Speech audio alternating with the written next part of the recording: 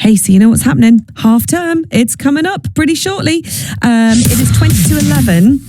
And what we like to do on the show is hopefully do lots of useful stuff. And what a year it has been for the North East. From international awards to record-breaking crowds, we've been spoilt for choice for things to do across the North East for events and activities this summer.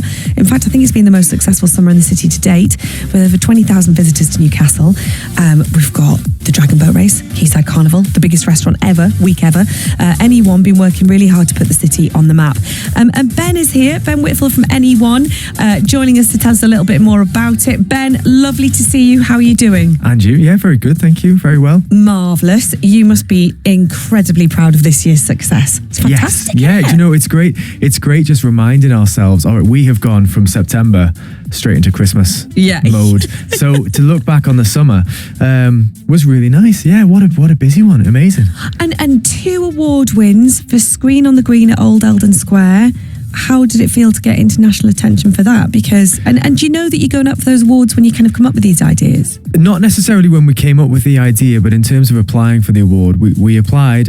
We think it's a great event. We think it's worth recognition, and then to have that sort of accolade, it was fantastic. You know, we got all dressed up for the national award, the ATCM award. Brilliant. And you go in for best event, and I think the one that won it last year had a budget of £1 million or something, and we're doing this on 30,000 or so. Which like people think, 30 grand sounds like a lot of money. Not when you're doing massive events. It's not very much at all. What was the screen cost for a set? Well, that's the thing. You know, you've got the screen there for 9 weeks. You're showing over 100 films. Yeah. You're building a small play village, staffing it, and it's running for such a long time. There's 110,000 people came through that square. That's in amazing. The summer, which is fantastic. And then we sort of got a little bit excited in September, and we thought, I think we might be on for a big number here. So we added them all together, and then we ended up on 201,000 across the summer to events that we've done.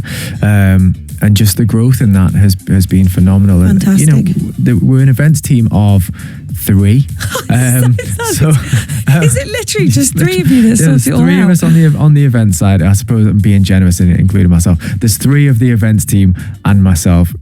I try and help where I can. Yeah. And then there's the marketing team, which is 4, and then the wider team in total is 17.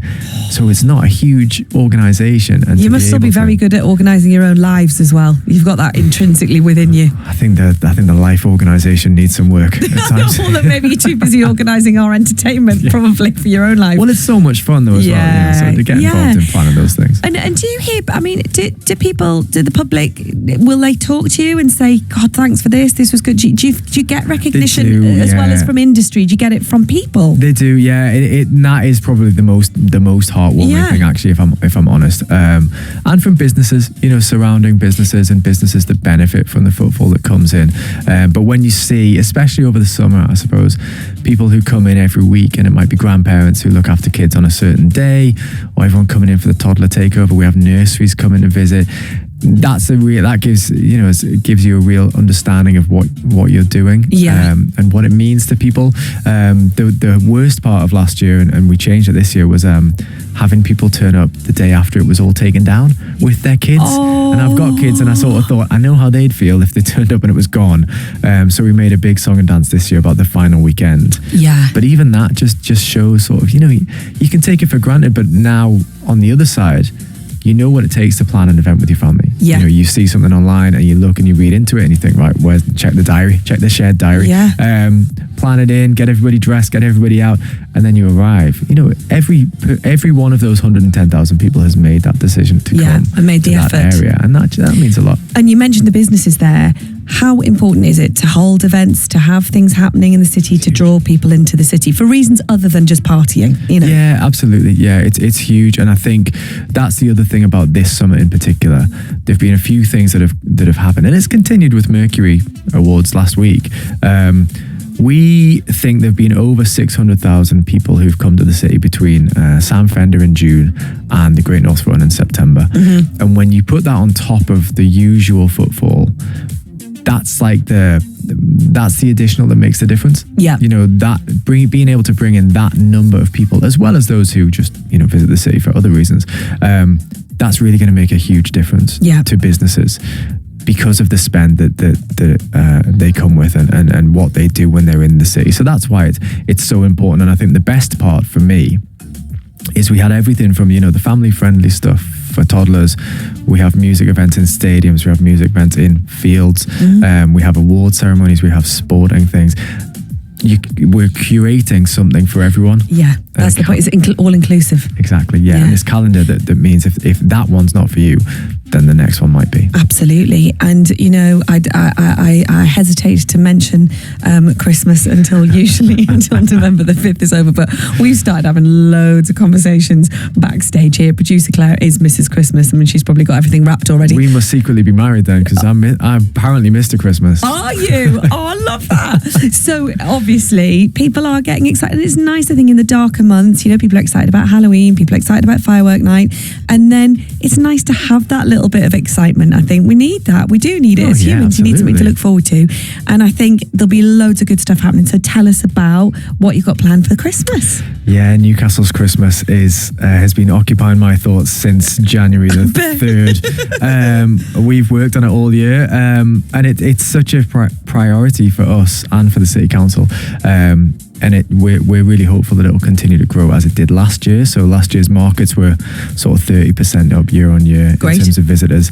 A lot of feedback that, you know, they're the best ones yet. So we're looking to build on that. So we'll be returning on the 15th of November. We're actually going to have a launch event for the first time, which we're really excited for the Christmas markets. For the Christmas markets. Last year we had a ribbon cutting, but people stopped and watched. So this time we're going to have more of an event. We have a brass band coming. Oh, wow. A very popular brass band. We have a choir who are going to be performing after that. We're going to be giving out samples and lots of things. So really trying to add more reasons for people to visit more times. And then the market itself, 84% of the stalls are going to be from within 20 miles of the city.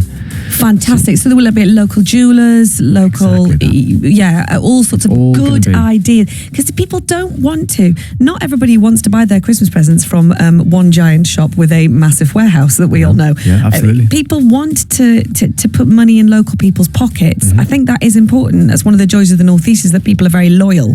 Yeah, and absolutely. so you don't necessarily want the stalls to be from elsewhere. You want them to be local. So that's brilliant. I think that's the important thing. You know, when you go to Christmas markets in other cities and you see 5 of the same stall holder, absolutely, and 6 of the same thing, we really want to make something that's really representative of the city and the region. Yeah, somewhere where you can find a gift for that person who's, you know, hard to buy for, or you always get them the same thing. Something that's going to change that idea of a Christmas market, which has moved to you know, maybe drinks and food and tat.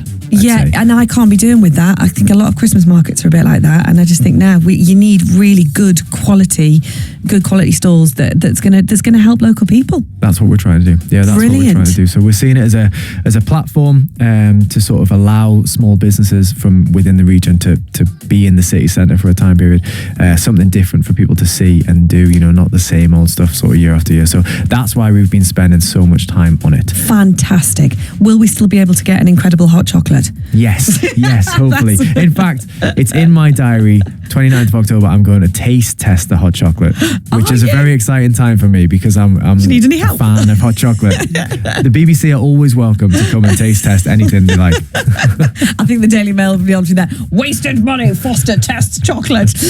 No, that sounds absolutely amazing. If people want to find out about what's upcoming and all of the different things that you've got on for Christmas, where can they go, Ben? NewcastlesChristmas.com. Brilliant. Try and keep it really simple, and that lists, and I have to give credit to the team here. The team back in our office have listed hundreds of different things going across the city already.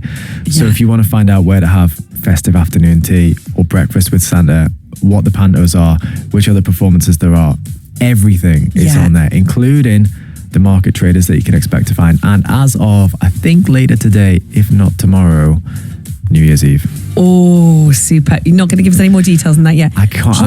It's honestly, if I told you, they'd have to kill me. Okay, we don't want that. You're Mr. Christmas. Hold it back. Ben, thank you so much for coming in, and I'm sure we'll chat before Christmas, I have no doubt. Thank you so much, Ben. Well done to your team. Thank you very much. And well done on those awards. Well deserved. Thank you.